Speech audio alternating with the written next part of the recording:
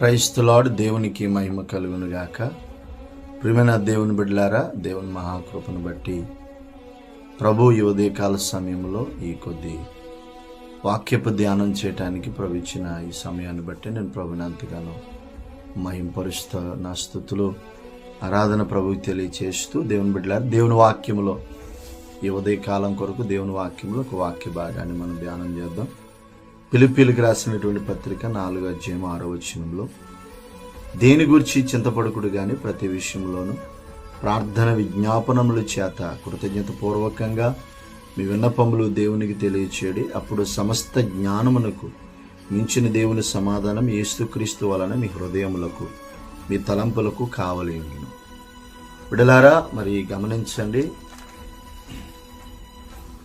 ఫిలిప్పీలో ఉన్నటువంటి సకల పరిశుద్ధులకు పౌలు రాసినటువంటి పత్రిక 4:6 ఒక చక్కటి విషయాన్ని మరి పూట మనకి తెలియచేస్తూ ఉన్నారు. ఏమంటే, దేని గురించి చింతపడొద్దు. మానవ జీవితంలో కలుగుతున్న అనేకమైన శ్రమలు, ఇబ్బందులు, ఆర్థిక నష్టాలు, రోగాలు, దేవుని బిడ్డలారా, మనశ్శాంతిని కోల్పోవడం, మరి తలంపులు, హృదయము నెమ్మది లేకపోవడం, తలంపుల్లో, హృదయంలో, ఆలోచనలో మనశ్శాంతి లేకుండా వేధించబడుతూ ఈనాడు మానవ ప్రపంచము అత్యంత భయంకరంగా మరి చింతలకు గురవుతూ ఉన్నారు.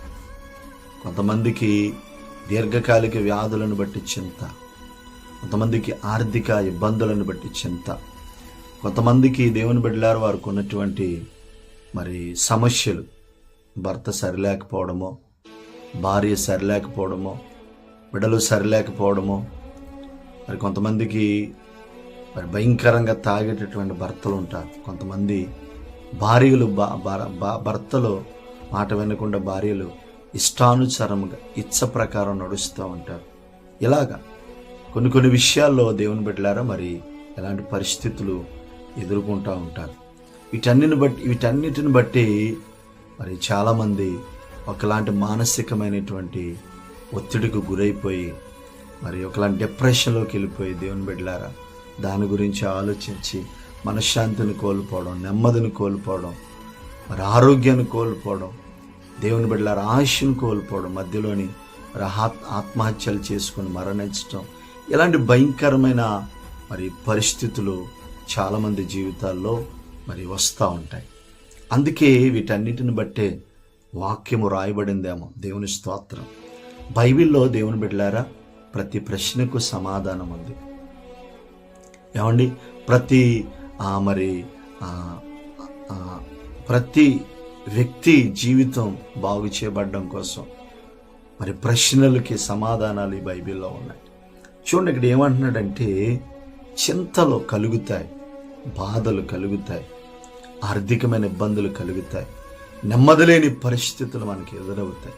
అయితే వాటన్నిటిని బట్టి మనం చింతపడి, దేవుని బిడ్డలారా, కృంగిపోవడం కంటే నీ జీవితంలో ఏది నీకు సమస్యగా, ఏది నీ జీవితాన్ని కొడతా ఉందని నెట్టుతా ఉంది, ఏది నీ జీవితంలో బలహీనతను తీసుకొస్తా ఉంది, నీ చింతకి కారణం ఏంటి? దేవుని బిడ్డలారా, మరి నీ మనోదుఖానికి కారణం ఏంటి? వాటన్నిటిని బట్టి నువ్వు చింతపడకూడదంట. కానీ ప్రతి విషయములో ప్రార్థన, విజ్ఞాపన, కృతజ్ఞతాపూర్వకంగా మన విన్నపాలు ఎవరికి తెలియచేయాలంట? మన ప్రభువుకి తెలియచేయాలి. ఎప్పుడైతే దేవుని బిడ్డలారా నీకు కలిగిన చింతలో, నీకు కలిగిన బాధ, నీకు కలిగిన ఇబ్బందులు నీ ప్రభువుకి తెలియచేస్తావో ప్రార్థనాపూర్వకంగా, ఇక్కడ అన్నాడు, సమాధానం మీ తలంపులకు, మీ హృదయాలకు, మీ ఆలోచనలకు దేవుని బిడ్డలారా దేవుని సమాధానం కాపుదల మీకు ఉంటుందంట. దేవునికి స్తోత్రం. నువ్వు ఏదైతే చింతపడుతున్నావు, ఏదైతే ప్రశ్న, ఏదైతే నీ జీవితంలో అలజడులు రేగుతున్నాయో, వాటన్నిటి విషయంలో దేవుని బిడ్డలారా ఒక సమాధానాన్ని దేవుడు నీకు అనుగ్రహించాలంటే ఖచ్చితంగా ప్రతిరోజు నీ అవసరతల కొరకు ప్రభు దగ్గర ప్రార్థన చేయాలి, తెలియచేయాలి, ఆయనకి చెప్పాలి. అందుకే మత్తయి సువార్తలు అంటాడు, మీలో చింతపడితే అది ఎక్కువ అవుద్ది, ఆలోచించటం వలన, చింతించటం వలన, బాధపడడం వల్ల, మానసికంగా మరి కృంగిపోవడం వల్ల నీకు కలిగిన ఇబ్బందులు, నీకు కలిగిన నష్టం, నీకు కలిగిన వేదన ఎక్కువవుతూ తప్ప తగ్గదట. మత్తయి సువార్తలో ఆ మాట వ్రాయబడింది. దేవుని బిడ్డలారా, నేను అంటాను, మీ చింతలన్నీ దేవుడు తీసివేయాలంటే దేవుని బిడ్డలారా ఖచ్చితంగా దేవుడు మీకు సమాధానం ఇస్తాడు, నెమ్మదిస్తాడు, ఆరోగ్యం ఇస్తాడు.